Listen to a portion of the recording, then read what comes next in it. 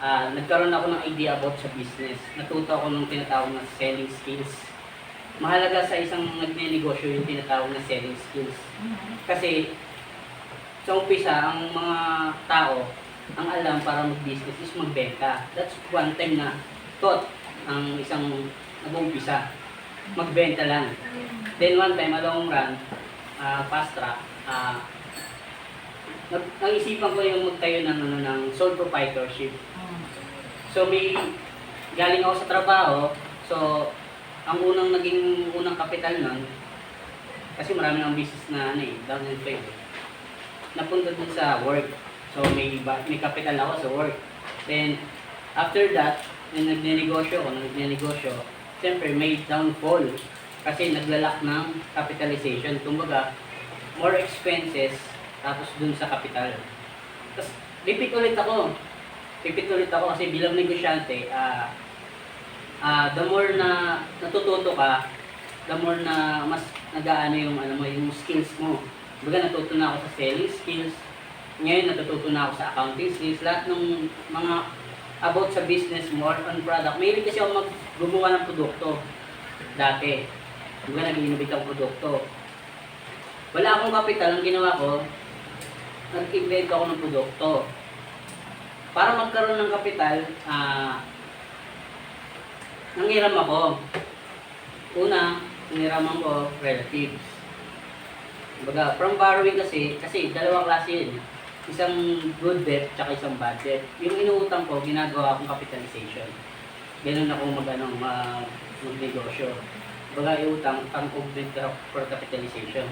Then one time na gumawa ako ng produkto, tapos binili ko ng goods sa Divisoria, gumawa ko ng ingredients.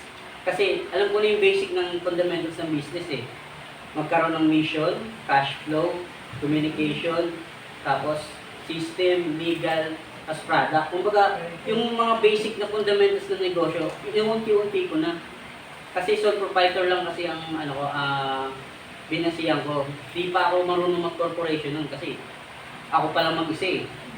Then one time, nagkaroon kami ng corporation, mga kasama ko mga kabataan, doon nag-umpisa yung pagiging corporate businessman ko.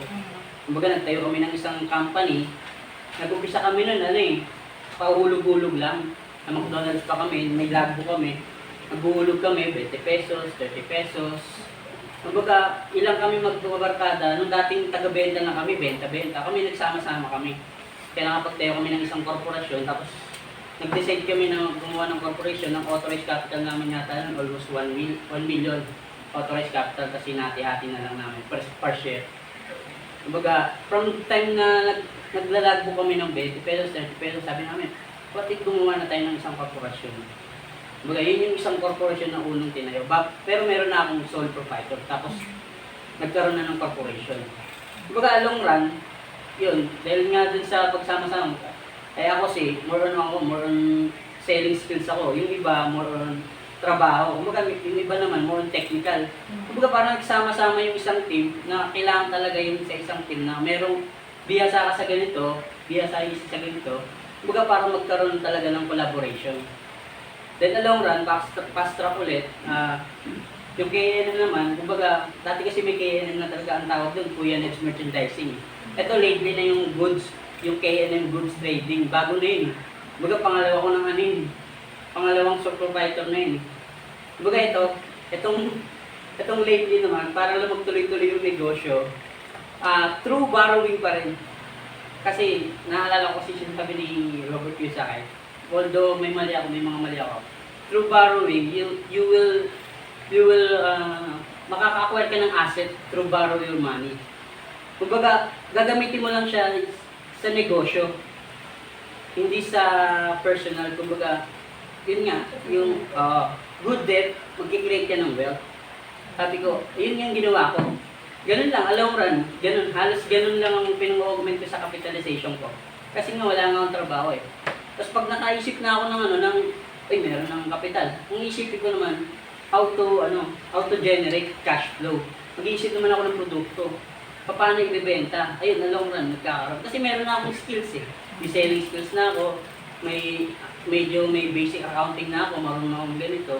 Kumbaga, inaano ko lang, ini-intensify ko na lang kung paano ko siya makakollaborate lahat. And that's the time na gano'n ang naging scenario ng pagiging entrepreneur ko. From borrowing the money through capitalization, kasi wala naman talaga ako. Doon lang naglalaro halos lahat ng pagiging entrepreneur ko. For the meantime, yun. Okay, sige. Thank you so much. Umelo ulit. Diba? From those very, very summaries pala, ang dami natin natutunan. And actually, malaki-malaki yung similarity namin ni Kuya Neds, ako. Ang similarity namin is just isang hibla lang. Okay? Kasi isang hibla lang ang kulang sa similarities namin. Okay, thank you. Mamaya ako, i-analyze and hiwalayin yung kay Kuya Neds. Okay, Clyde.